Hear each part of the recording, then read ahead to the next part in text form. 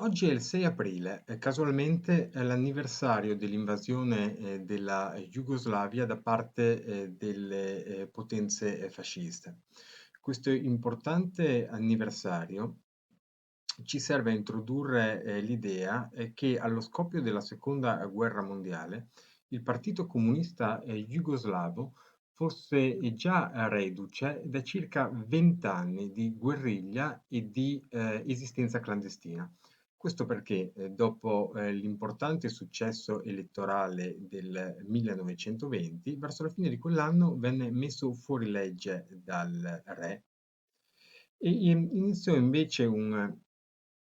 periodo di durata ventennale in cui centinaia di militanti comunisti persero la vita in scontri a fuoco con le forze dell'ordine. Un periodo che è stato nominato dalla storiografia jugoslava con un prestito da un concetto francese come terrore bianco, cioè il terrore del potere regio. Uno degli eventi più importanti di questo periodo, nel 1928, fu il Bombaški Proces, e cioè il processo delle bombe, un processo molto pubblicizzato dai giornali dell'epoca, in cui un militante comunista accusato di essere in possesso di armi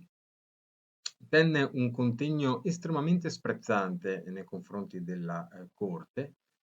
e per la prima volta, perché non era costume altrimenti, dichiarò pubblicamente di essere sì un comunista. Questo imputato era Josip Broz Tito, avrebbe poi passato molti anni in prigione, ma grazie alla popolarità ottenuta con questa sua performance, potremmo dire,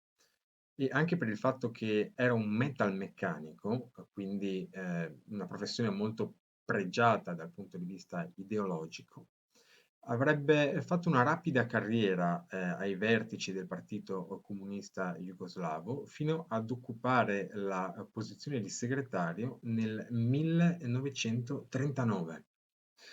Intanto, negli anni precedenti, anche qui Tito aveva avuto un suo ruolo, moltissimi comunisti jugoslavi avevano partecipato alla guerra civile di Spagna, quindi davvero nel 41 non erano impreparati.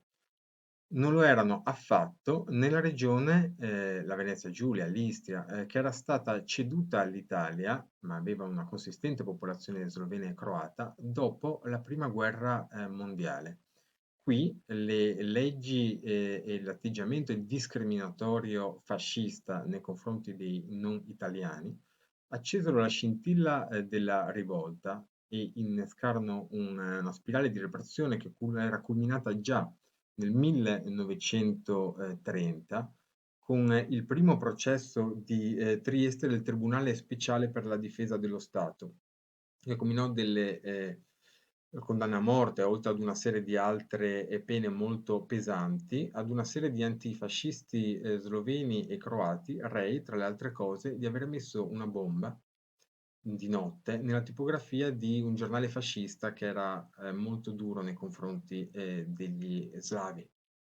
Questo è uno dei proclami della loro stampa clandestina. I fascisti ci hanno costretto alla lotta, ci hanno destinato alla morte. Noi però non vogliamo morire, quindi che siano loro a morire, che muoiano loro. Subito dopo l'8 settembre 43, delle formazioni miste italiane e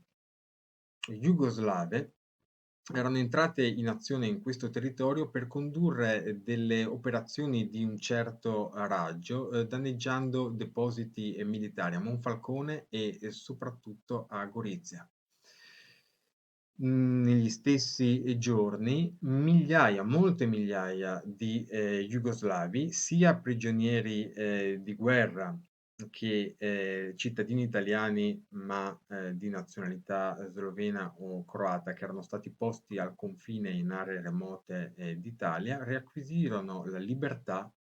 e si unirono spesso alle formazioni partigiane che germogliavano in tutta la penisola, offrendo un contributo significativo. Paradigmatico il caso di Ukmar, un combattente comunista sloveno molto popolare e che aveva sia combattuto in Spagna che poi si era trattenuto in Francia per una serie di operazioni. Beh, questo è stato inviato da Trieste a Genova,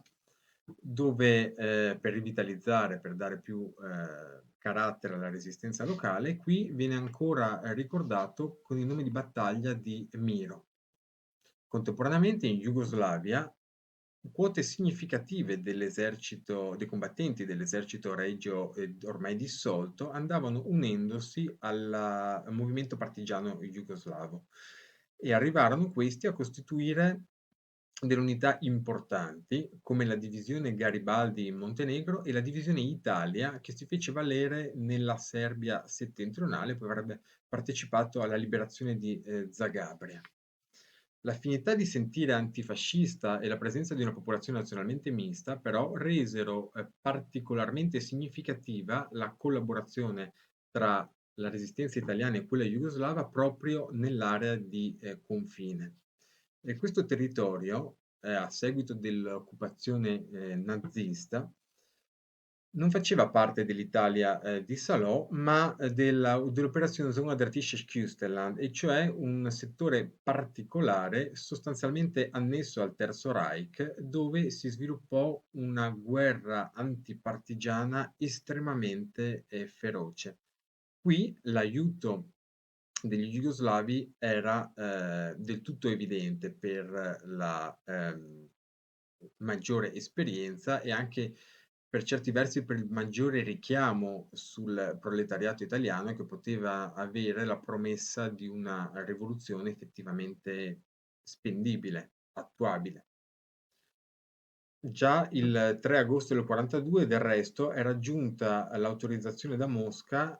a operare in questo territorio per entrambi i partiti, sia quello comunista italiano che quello sloveno. Il partito comunista jugoslavo era fondamentalmente una federazione, quindi c'erano varie componenti nazionali. Questa collaborazione andò strutturandosi maggiormente ancora nell'estate del 44, quando si propose un comando unitario jugoslavo, italo-sloveno. Questo evento però restrinse, proprio per le ricadute che avrebbe avuto sul piano territoriale, ma anche e soprattutto politico, la collaborazione alla sola parte comunista della resistenza italiana in questa zona. Così, nel dicembre del 44, la divisione Garibaldi Natisone lasciò il territorio che si poteva ancora considerare italiano per avventurarsi in Slovenia e qui prendere parte ad importanti battaglie, tra cui quelle per la liberazione della capitale Lubiana. Alla divisione Garibaldi-Natisone, peraltro, erano state unite altre due unità che si erano sviluppate in stretta collaborazione con i comunisti jugoslavi, la Brigata Garibaldi Trieste e la Brigata Fratelli Fontanot. D'altra parte, invece, i combattenti del Nono Corpus, una delle due grandi unità militari che costituivano il movimento di liberazione sloveno, furono decisivi nella liberazione di Trieste, Gorizia e Monfalcone e diedero il proprio contributo anche alla liberazione di Udine.